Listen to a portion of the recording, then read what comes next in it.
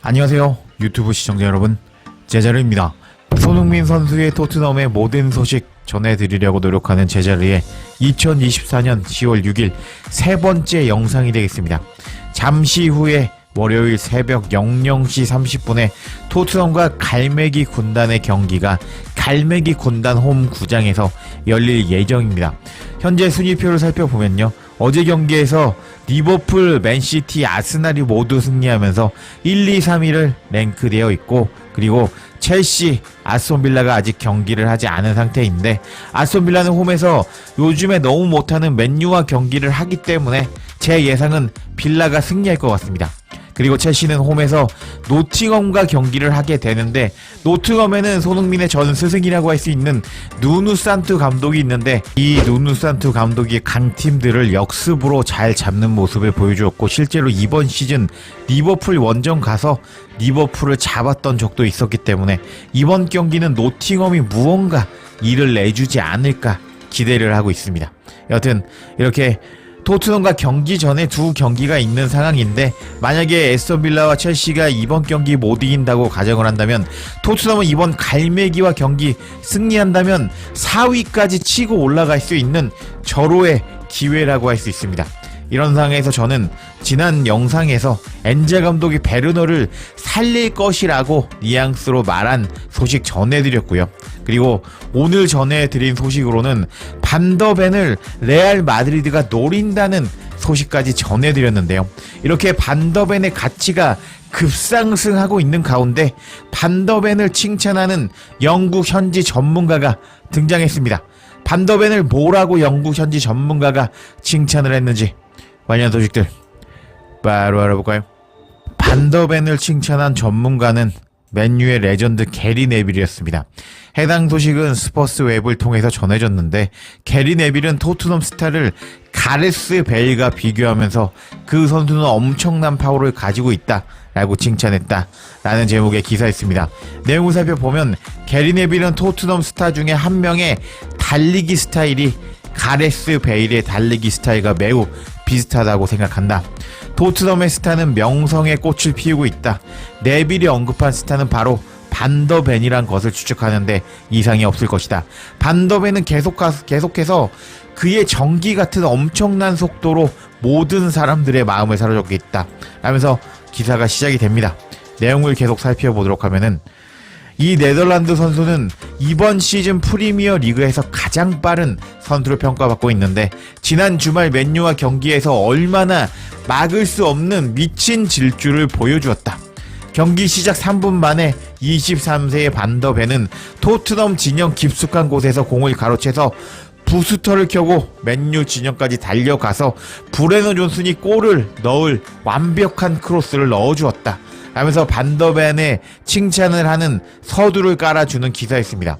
그래서 내용을 계속 살펴보도록 하겠습니다. 네빌은 반더벤을 칭찬했다. 게리 네빌은 올드 트래포드에서 축구를 오래 뛴 스타라고 할 수 있는데, 반더벤이 3대0으로 맨유를 이긴 경기에서 보여준 것처럼 센터백이 앞으로 달려가는 것을 본 적이 없다고 인정했다. 게리 네빌은 토트넘 수비수의 달리기 스타일이 매우 독특하다고 말하면서 가레스 베일이 했던 강력한 달리기와 비슷하다고 인정했다. 네빌은 팝캐스트에서 이렇게 말했다. 올드 트래포드에서 첫 골을 넣은 반더벤의 질주는 제가 본 센터백의 질주 중에서 최고일 겁니다. 정말 놀라웠습니다 라면서 게리 네빌이 반더벤을 칭찬하기 시작합니다. 내용을 계속 살펴보도록 하겠습니다. 반더벤의 마지막의 크로스는 정말 대단했습니다. 현재 센터백들이 공을 밟고 서로에게 패스하고 옆으로 패스하고 골키퍼에게 패스하는 데는 큰 문제가 있습니다. 정말 지루하게 경기를 플레이하고 있거든요. 그래서 실제로 센터백이 공을 가지고 앞으로 나가는 것을 보는 것은 더 이상 그렇게 많은 사람들이 볼 수 있는 장면이 아닙니다. 우리는 센터백이 공간으로 달려가서 공을 가지고 달리고 사람들을 괴롭히는 것을 경기에서 자주 보지 못합니다. 이렇게 현대 센터백들이 질주하는 모습을 보여주지 않는 상황에서 반더벤은 믿을 수 없을 만큼 놀라운 달리기 스타일을 가지고 있었습니다. 그는 달리기에서 엄청난 힘을 가지고 있습니다. 그는 센터백으로서 독특한 질주 스타일을 가지고 있습니다. 마치 가레스 베일의 스타일의 질주 액션과 같아 보였습니다. 하면서 반더벤을 칭찬하는 게리 네빌이었습니다. 이렇게 네빌이 반더벤을 칭찬하자 스퍼스 웹은 코멘트하기를 상대팀은 반더벤을 경계할 것이다.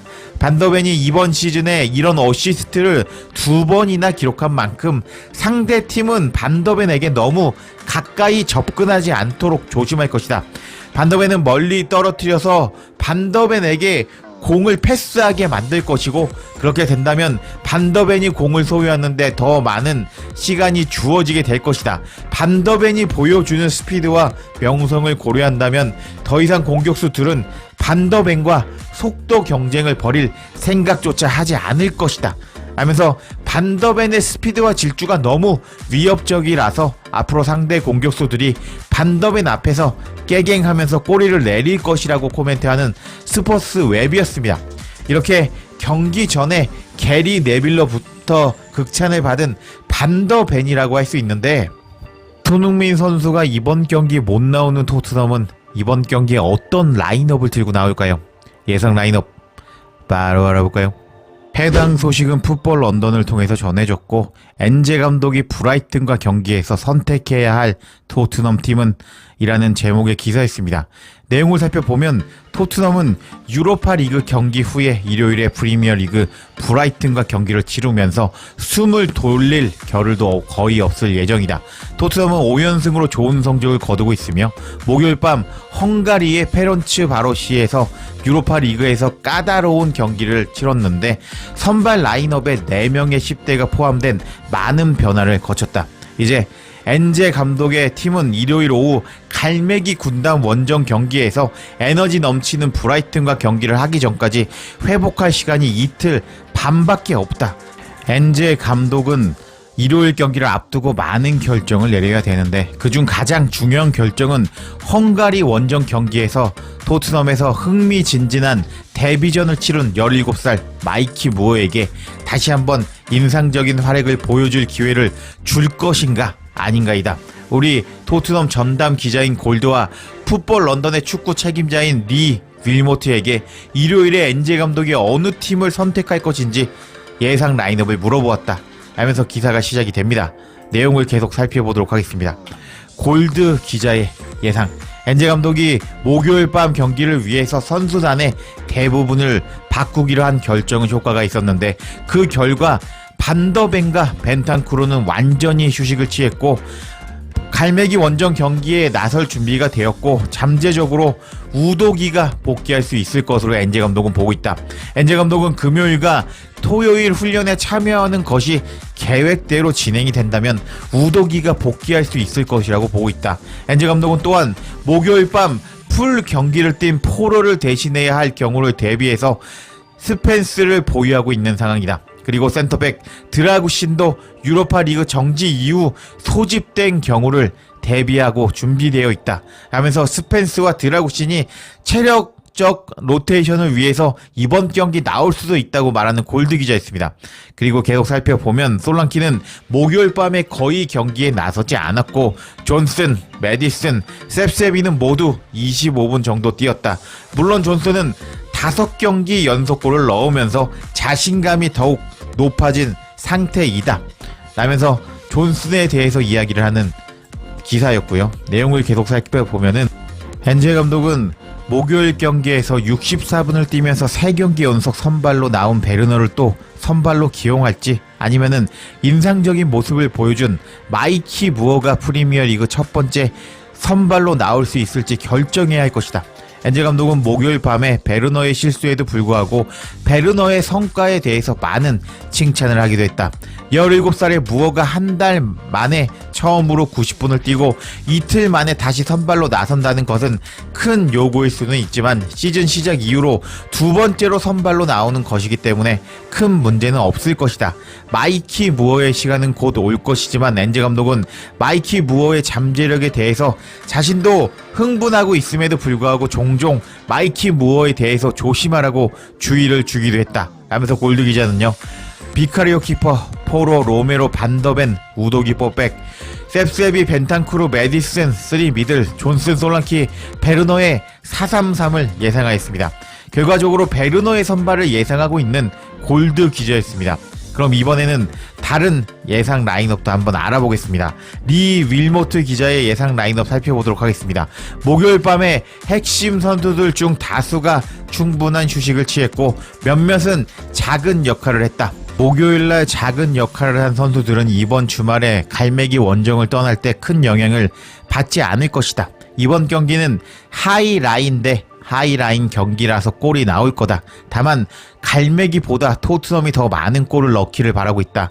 비카리오가 골문을 지킬 것이고 수비 라인은 평소처럼 페드로 포로, 로메로 반더벤, 그리고 복귀가 가능한 우도기 뽀백으로 예상해보겠다. 그런 다음 몇 주 동안 엔제 감독이 한 것처럼 공격적인 미드필더를 기용할 것인데 벤탄쿠르가 홀딩 역할을 맡고 메디슨과 셉세비가 함께 3명의 미드필더로 나올 것이다. 그런 다음 최전방에는 솔랑키가 최전방에 위치할 것이고 그 옆에는 존슨과 마이키 무어가 나올 것이다.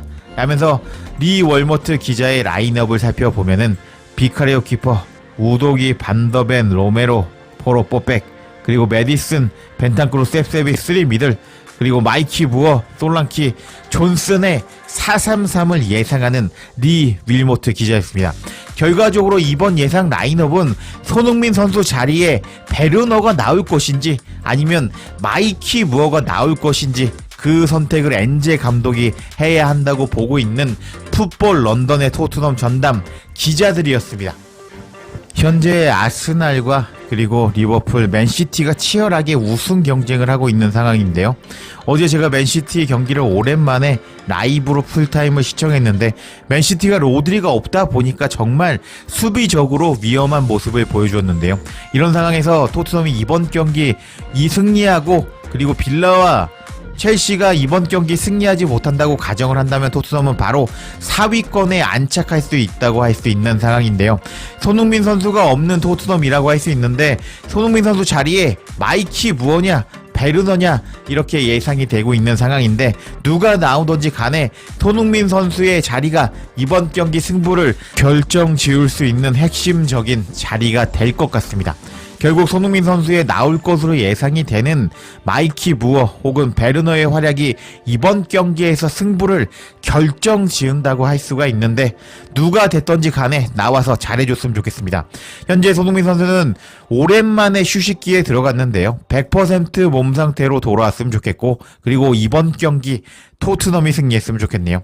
이번 경기 여러분들의 예상 댓글로 남겨주시면 감사하겠습니다. 제자리에 영상 놓치지 않도록 알림 설정해 주실 것을 부탁드리며 영상 마치겠습니다. 구독과 좋아요 댓글은 사랑입니다. 감사합니다.